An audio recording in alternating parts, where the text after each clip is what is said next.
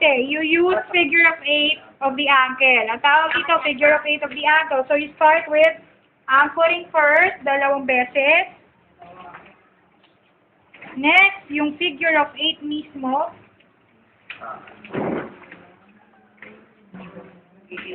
Ang galing. Wala dapat fold, wala dapat wrinkle. And then 1/2 inch gap following the first figure of 8. 1/2 inch.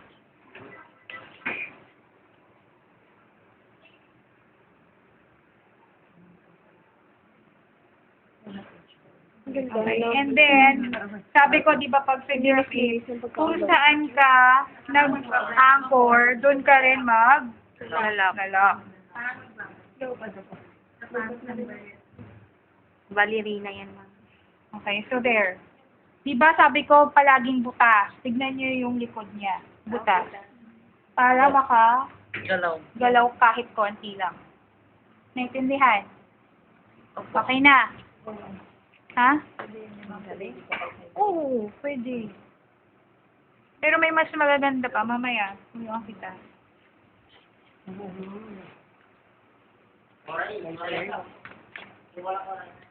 Koray.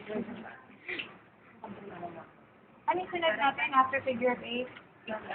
Ayan, spica. Ang spica medyo mahirap siya. Pero specific joints lang siya pwede. Sa hip lang, saka sa shoulder. Sa iba, hindi na masyadong pwedeng gamitin. So, dalawa lang talaga ang ginagamit ng spica. Hips and shoulder. So, I'm going to need another batch. Ready? Sinong payat?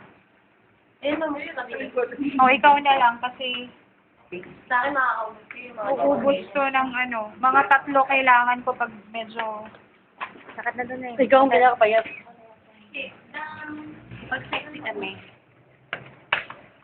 tayo. Ito. Anong puyat? Ito man, taras ka.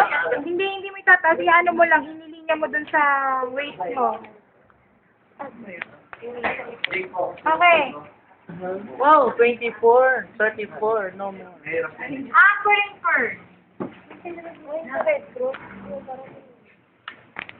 Anchoring. Dalawa. Next. The first figure of 8. Tatlo. Ang galing. 1/2 inch gap. Wala na.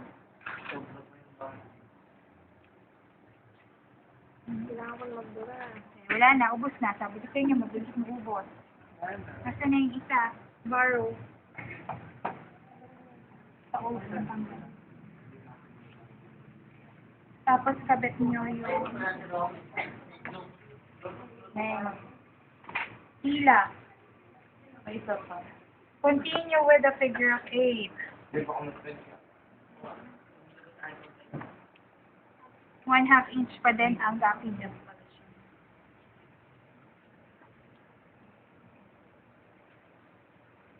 Okay, since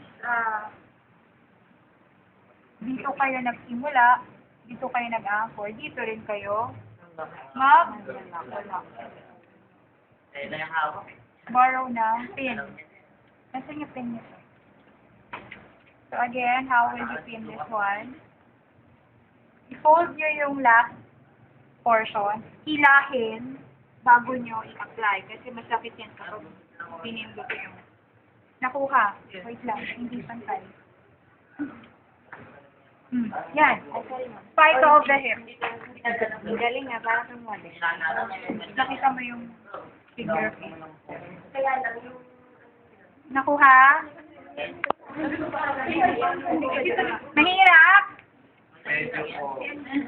Mahirap ba? Ang ano nito, ang secret dito, para hindi kayo masyadong madaming bandage na makuha, mag-start kayo malapit na dito, sa hips niya. Diba? Saan ako nag-start? Tignan nyo. Malapit na. Kasi kung dito pa kayo mag-start, upos ang 5 bandage. Naintindihan? This is used for dislocation of the hip, subluxation ng hip, or fracture. Fracture ng femur. Head of the femur. Naintindihan to? Gagawin ko yung sa shoulder.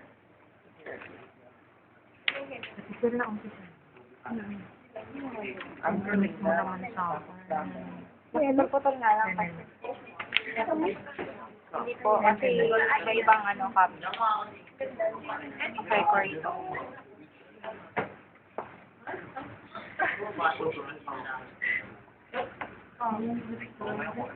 Ulo! Ano na yung tinitignan? Mambukas na kami magamit yun. Yay! My God. Practice kayo sa bahay.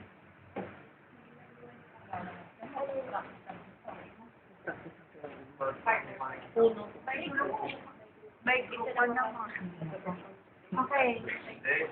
Maaga kayong pumasok. Kasi usually 8:30 or 9 o'clock naman ako dumarating. Kaya nga nagtataka ako yung iba dyan, late. Ma'am, dalawa lang sa Balakang. Dalawang ikot lang.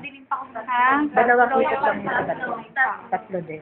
Umaga kayong pumasok para pagdating ko nakapag-practice na kayo. Naintindihan? Umali ka naman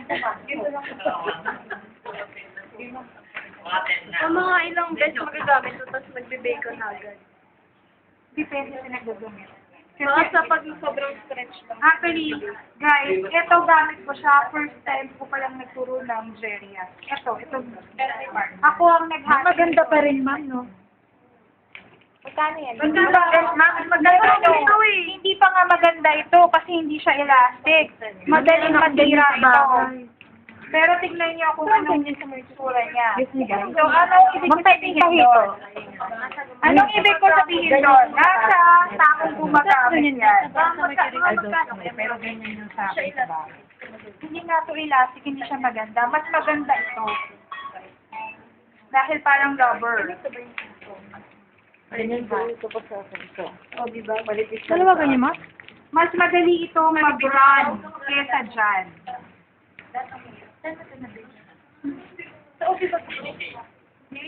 Hindi. Ito ang sa ubig malipis.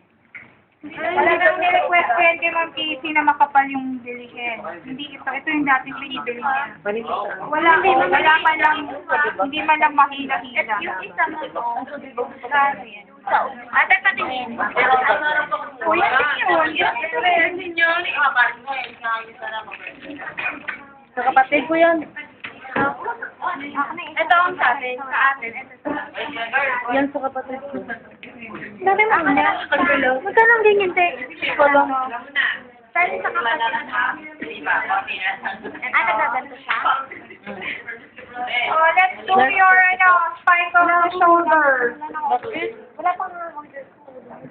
Ate Charo. Dali ka dito muna. Mas payat mo. Saan yung lock mo dito? Ang pinagay para yung figure of 8 of the shoulder, nilalagyan siya ng padding sa ilalim. Diba? Natatandaan niyo pa yon. Dapat lang, ilang minuto pa lang nakakaraan. Okay, ito hindi. So, parang yung sa hip, yung start na lang pinakamalapit dun sa kilikili para hindi kayo mahubusan ng bandage. Ganun ba? Paikda pa rin ng dito.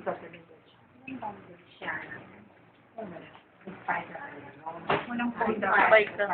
Ayan, nagpo-fold. Kaya nga pangit itong Off the bandage. shoulder. Mas maganda yung sa inyo. Tapos kilikili. Galing naman.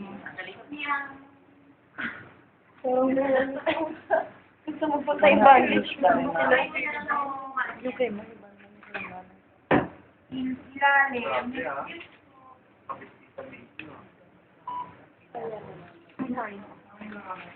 Marunong, isa pa. Ma'am. Ala.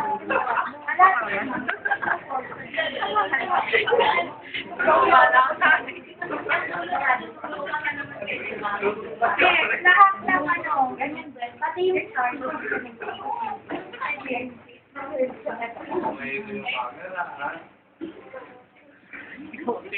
Paparazzi ka ba?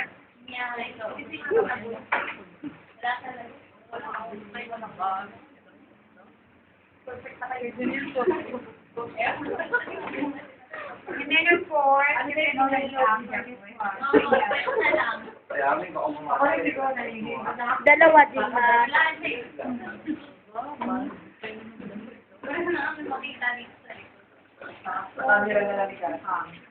So, wala naman pinagkaiba doon sa lipi, di ba? Pareho lang. Ay, uy! Sabay sinula.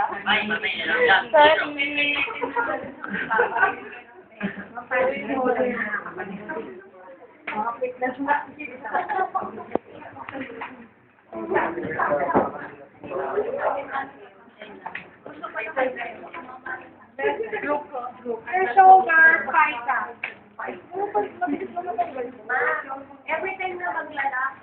Mas maganda yung ano. Alam niyo, nakakita na kayo sa garter. Parang garter na dalawa yung gano'n. Yung pin, mas maganda yan. Kesa yan. At saka ingatan niyo tong pin na to dahil natatanggal yung pinakatusok niya. Ito o. Wait lang. Ano naman Ash? Ito, this part, madaling matanggal. Ayan o. Kaya ingatan nyo kasi wala na kayong gagamitin pag natanggal yon. Naintindihan?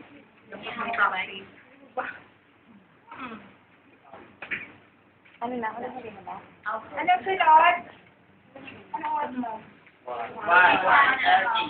Luciana Bandi. Anong 1:30? Luciana Bandi. Ayan, sa paayan for ankle sprain. Pero, one type of sprain lang pwede gamitin ang Louisiana. Kung inversion. Kung inversion. What is inversion and inversion sprain? Yung papasok. Diversion palabas. Okay, so, pang isang type lang ng sprain yan. Hindi katulad ng full tab, pwedeng dalawang klaseng sprain sa isang bandage. Pareho, diversion and inversion. Ito.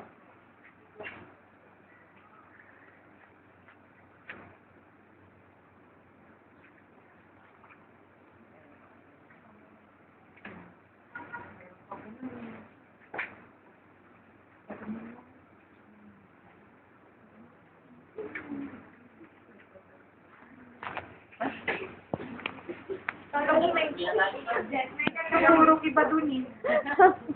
May echo ako.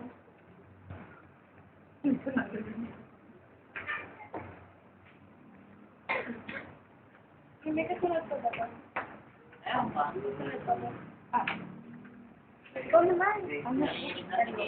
Piling ko kasi. Lagdami kasi. Ayaw mo pa, feeling Adi. Ito mag-alala yung bandage mo naman kinukuha na. Ayun, Naiilang ako. Sige na, Nakamesa. Totoo si Ate Alma. Hindi ka naginig. Ako ba? Lang ikaw, madali lang. Upo na naman lang dyan. Gina, ikaw nakamedyas daw eh. Ano ba medyas to eh? Jenny! Kota na si Iba yung model natin, para malapit sa video. Okay. Kunwari, Ang topic nyo, ang video nyo, wag yung mukha niya. ang inyong spray, sa ganito, pa. So, this is called inversion spray. So, ang kunwari, nagbabasketball, pagbabang gano'n, nakaganyan, tak, nadaganan niya. Doon yung ankle spray. Pag ganun yung ankle spray niya. So, doon pa lang sa anchoring, dapat alam nyo kung paano siya bumagsak. Kasi kung pag ganito siya bumagsak, dapat opposite yung anchoring nyo. Dapat hinihila nyo pabalik na gano'n. Naintindihan? So, paano yun?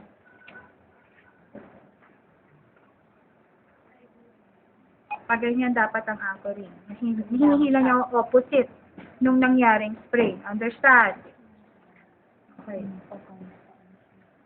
First anchoring. Next. Pataas naman ko. First figure of 8.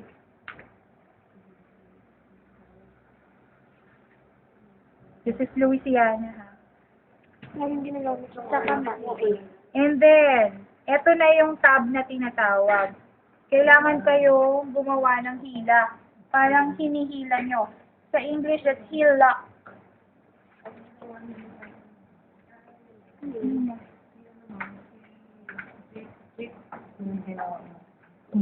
Okay. So, May force naman. para may force pabalik, hindi yung opposite. Diba, hinihila nyo pabalik dito dahil ganun yung nangyaring spray. Okay? Tatakpan nyo ngayon yung heel lock.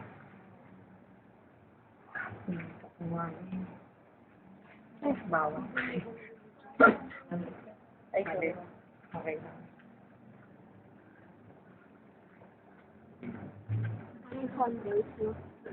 And then, you can now anchor at the end.